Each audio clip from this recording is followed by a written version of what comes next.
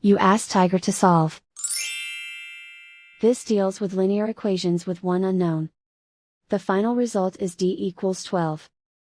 Let's solve it step by step. Group all d terms on the left side of the equation.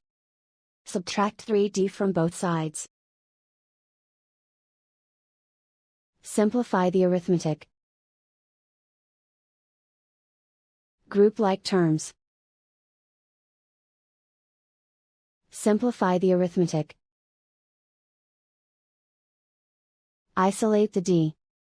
Divide both sides by 5. Simplify the fraction. Find the greatest common factor of the numerator and denominator.